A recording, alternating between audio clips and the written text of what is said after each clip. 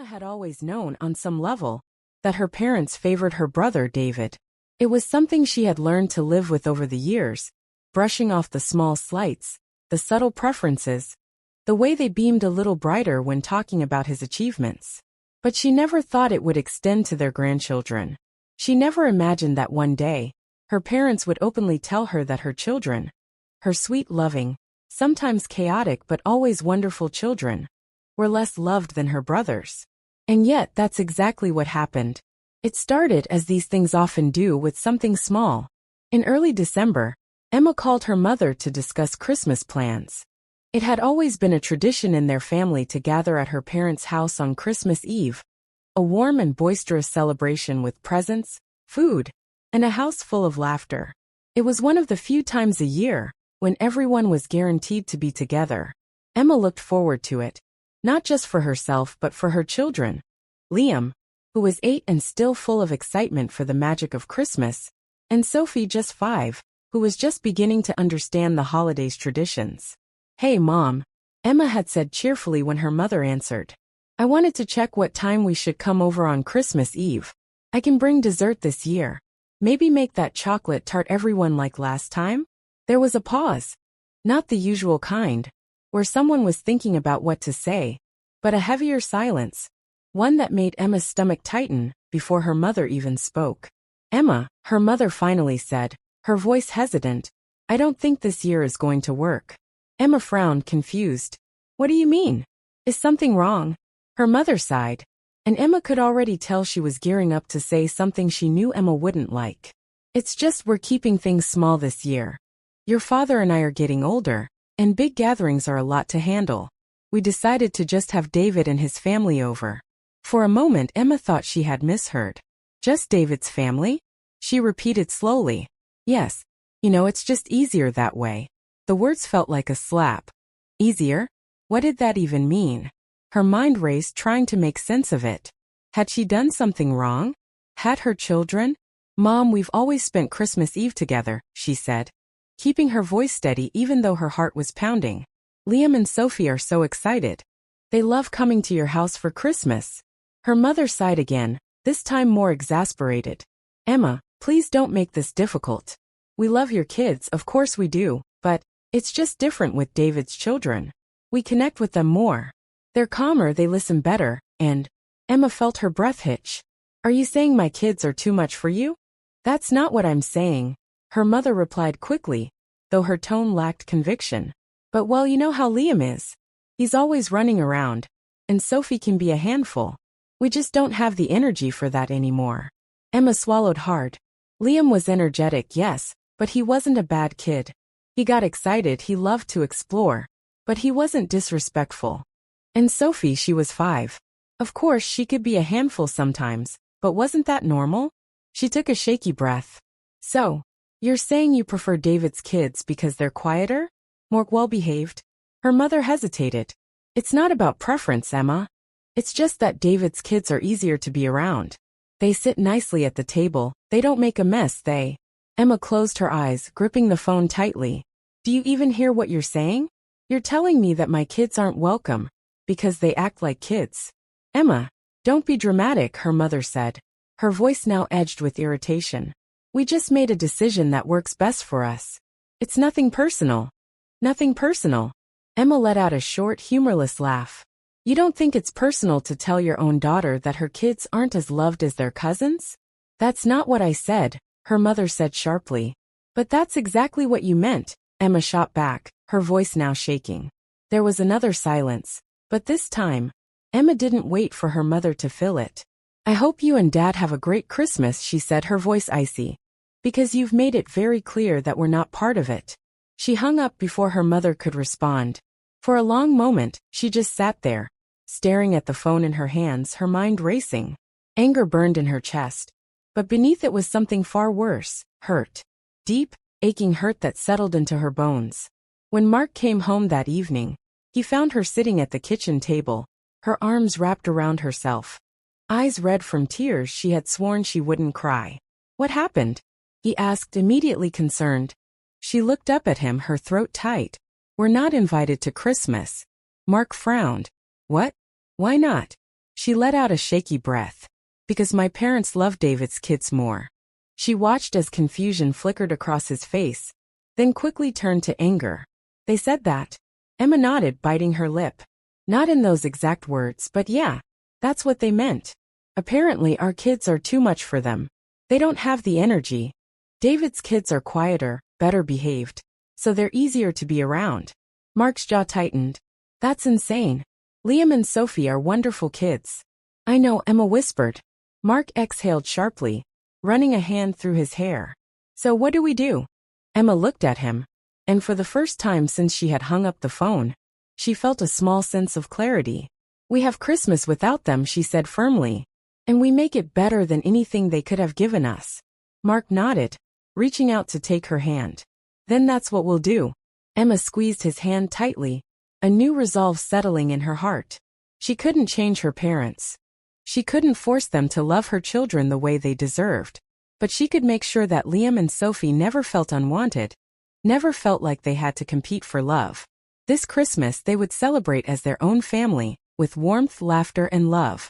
And maybe, just maybe, they wouldn't even miss what they had lost. Emma spent the next few days in a haze of disbelief, anger, and hurt. She kept replaying the conversation with her mother over and over in her mind, picking apart every word, every hesitation, every cruel implication. It didn't matter how many times she tried to make sense of it. She kept coming back to the same gut-wrenching truth. Her parents had chosen her brother's children over hers. Not just in subtle ways, not in the unspoken favoritism she had always suspected, but outright, openly. They had told her to her face that Liam and Sophie were not welcome at Christmas. The weight of it sat heavy in her chest. She had never imagined a holiday without her parents. No matter what else had happened over the years, Christmas had always been something they shared. It was supposed to be a time for family, for love, for togetherness. But now her family, the family she had grown up with, had made it clear that her own children were not part of that togetherness. She wasn't sure how to tell Liam and Sophie. She wanted to shield them from the truth, to protect them from the knowledge that their own grandparents didn't want them there. But she knew Liam, and she knew Sophie, and she knew that when Christmas Eve came, and they weren't packing up presents to take to Grandma and Grandpa's house, they would have questions. The confrontation had to happen.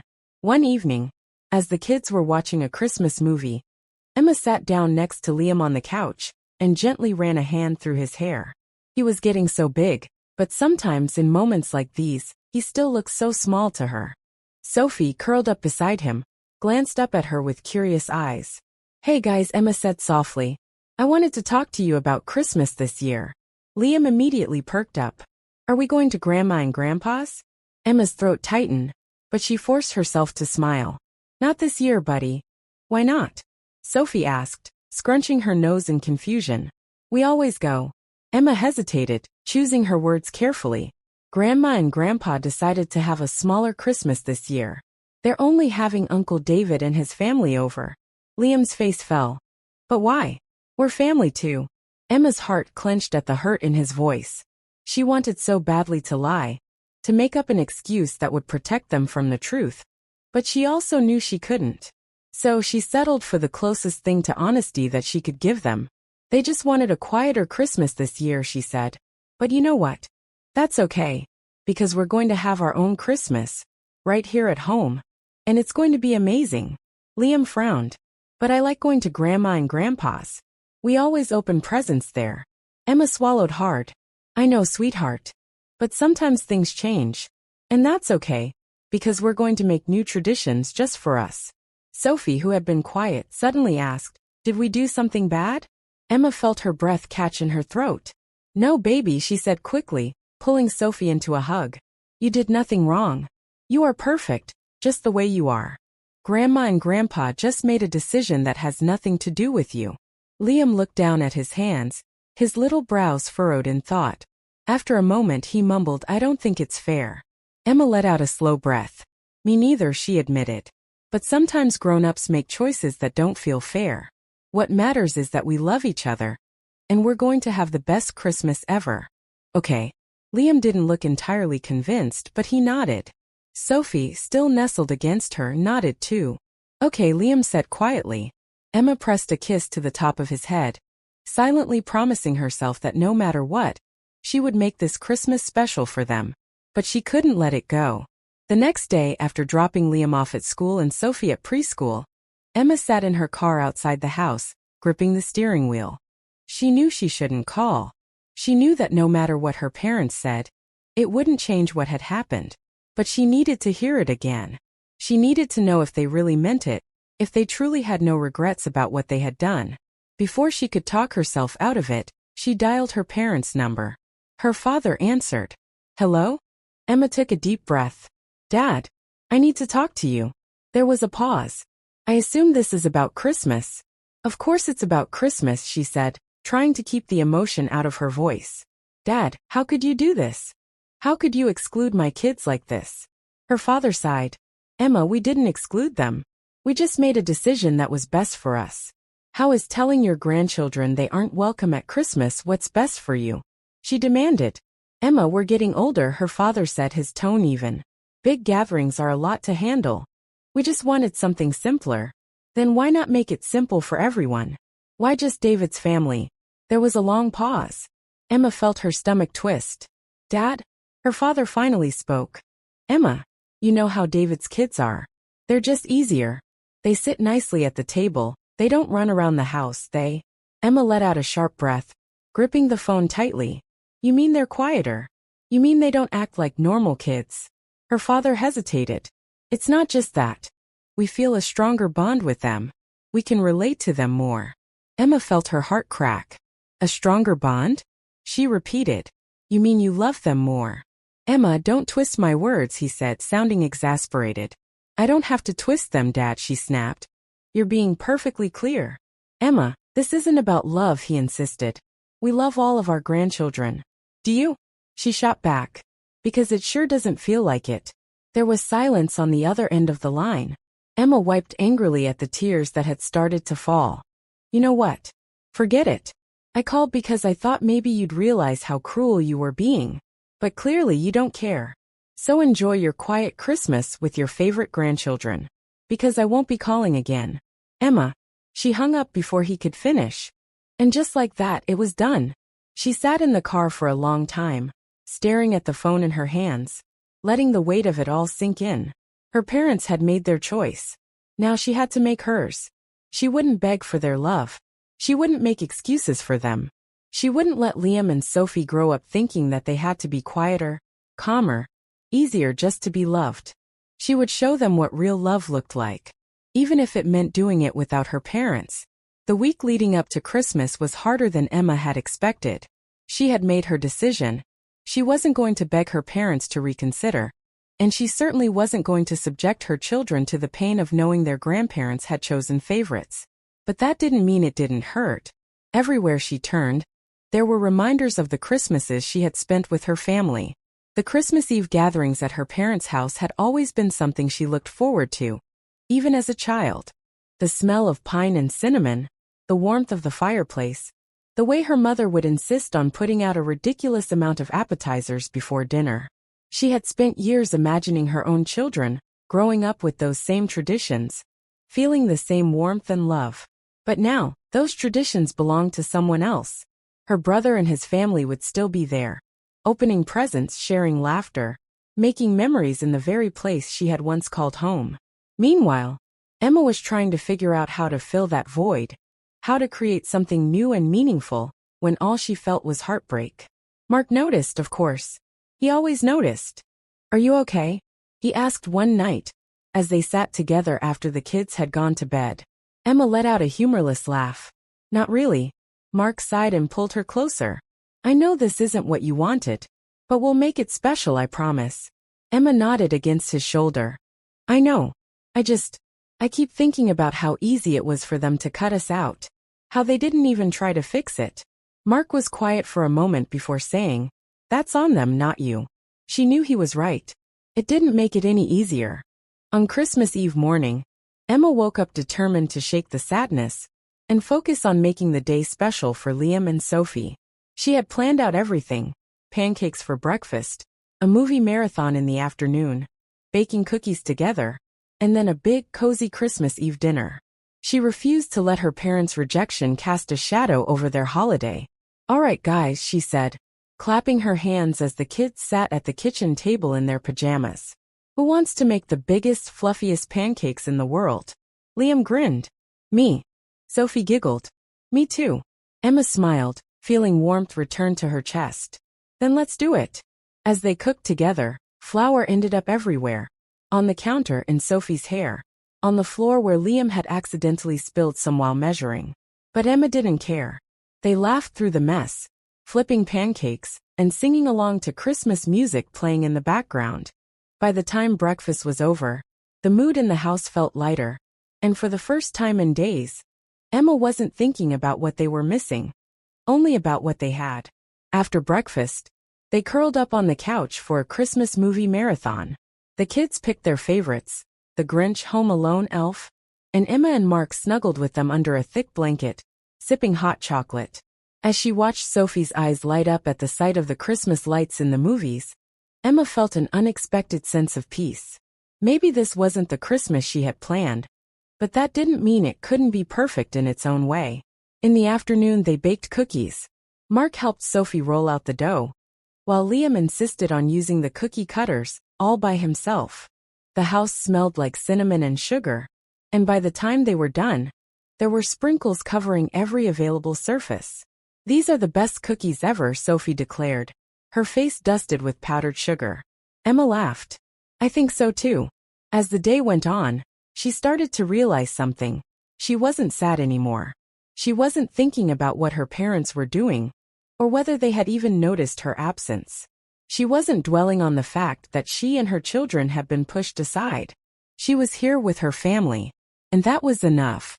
That evening, as Emma was setting the table for dinner, her phone buzzed. She glanced at the screen and felt her stomach twist. It was her mother. Emma stared at the phone for a long moment. A part of her wanted to ignore it, to pretend it wasn't happening.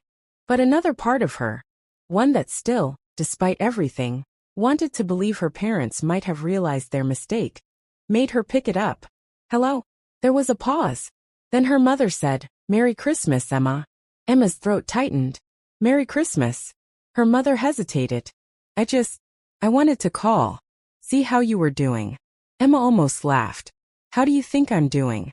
Sigh. "Emma, I don't want to fight." "Neither do I," she said. "But that doesn't change what you did." Her mother was silent for a moment. Then she said, "Your father and I didn't mean to hurt you." Emma swallowed. "But you did." Another pause. "We just thought this would be easier. We didn't want any drama." Emma felt her chest tighten. Easier for who? Her mother didn't answer. Emma exhaled. "Mom, I spent years ignoring the fact that you always favored David. I told myself it didn't matter. That as long as you loved my kids, it was enough. But now I see that even that was too much to ask." Her mother's voice was quiet. "That's not fair." Emma felt anger bubbling in her chest. "Fair?" she repeated. "You excluded us. You told me my children were too much, that David's were easier to love. Do you have any idea how much that hurt?" "No," Emma said firmly. I'm done. I'm done pretending this is okay. I'm done chasing after your approval. You made your choice. And now I'm making mine." Her mother was silent for a long time. Then finally she said, "I hope you have a nice Christmas." Emma let out a breath. "I will." Then she hung up. She stared at the phone for a long time, feeling a strange mix of sadness and relief. She had wanted an apology.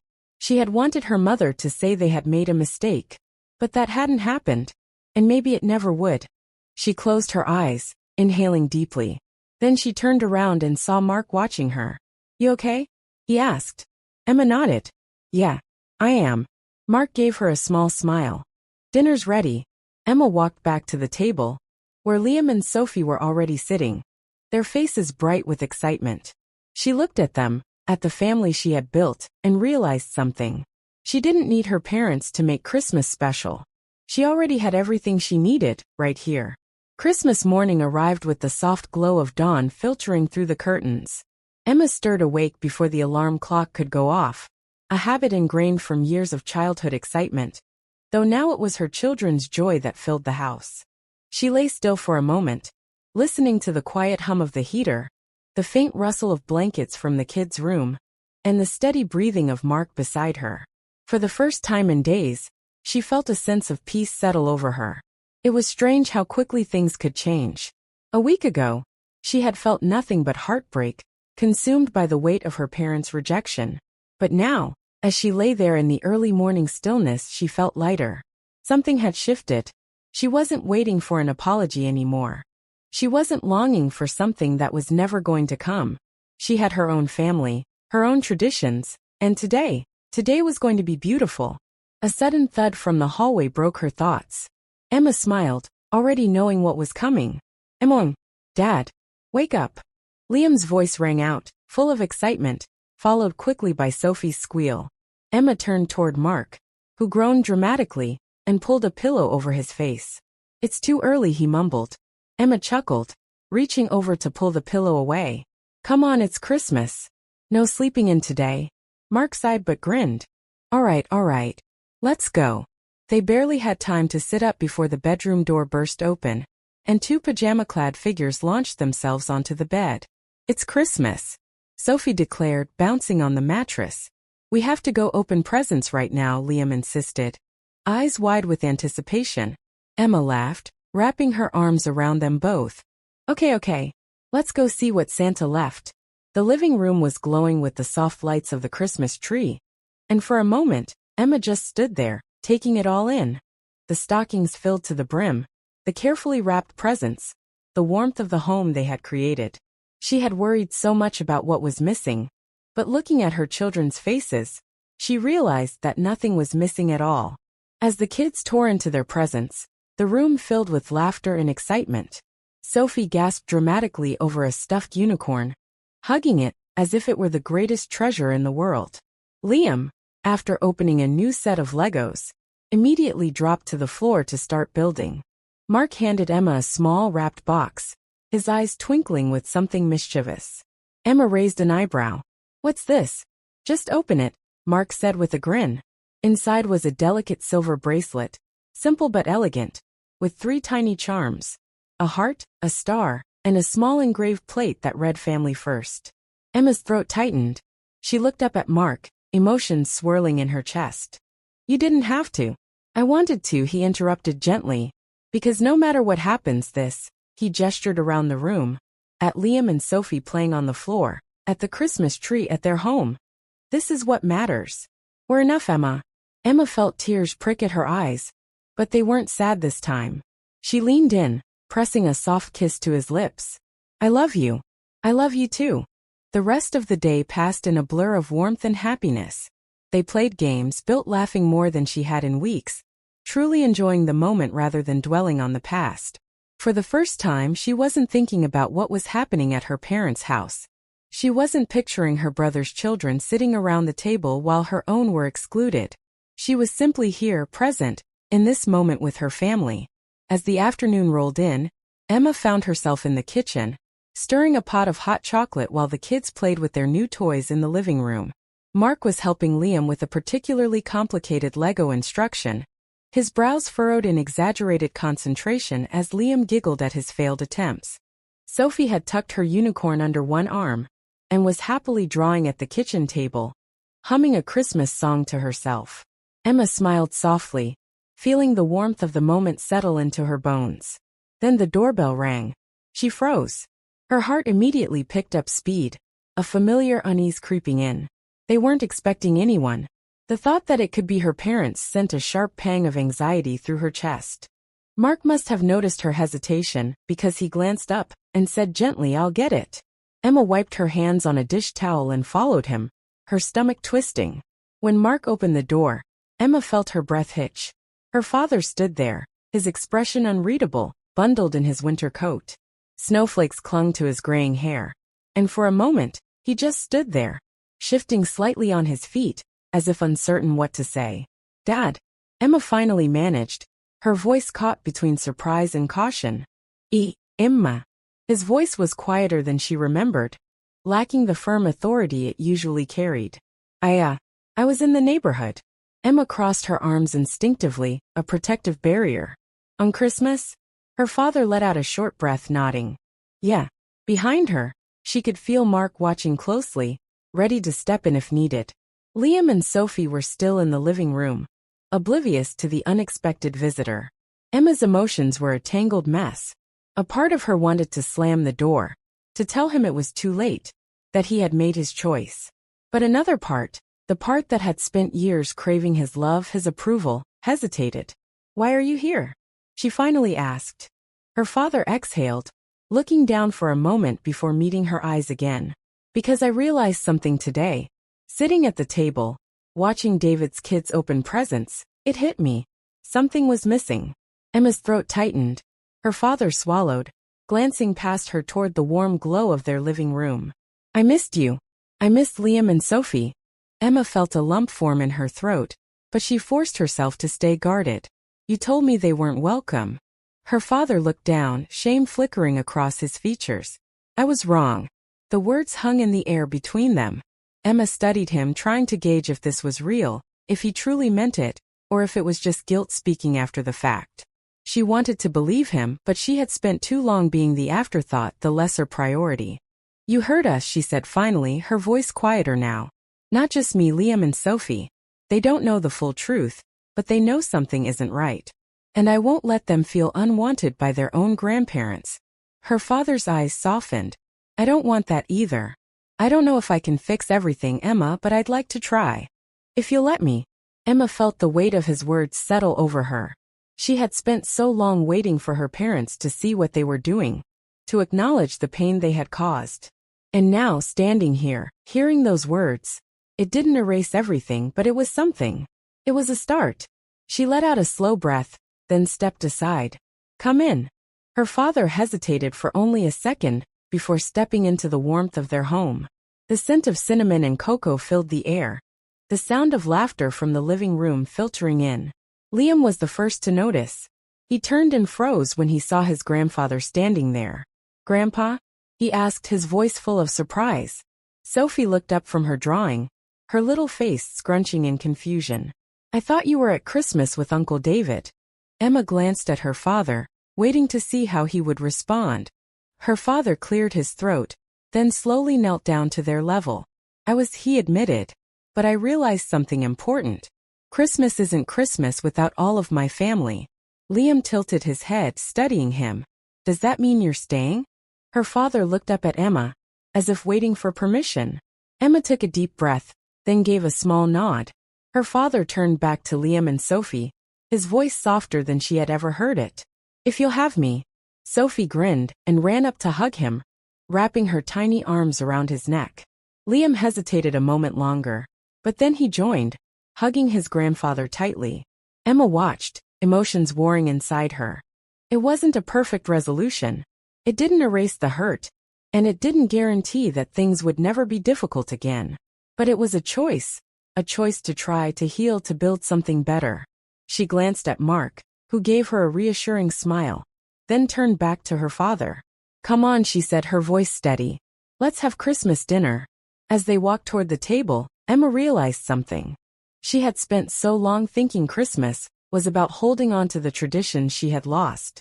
But maybe, just maybe, it was about creating new ones. Ones built on love, forgiveness, and the people who chose to show up, even when it was hard. And this year that was enough.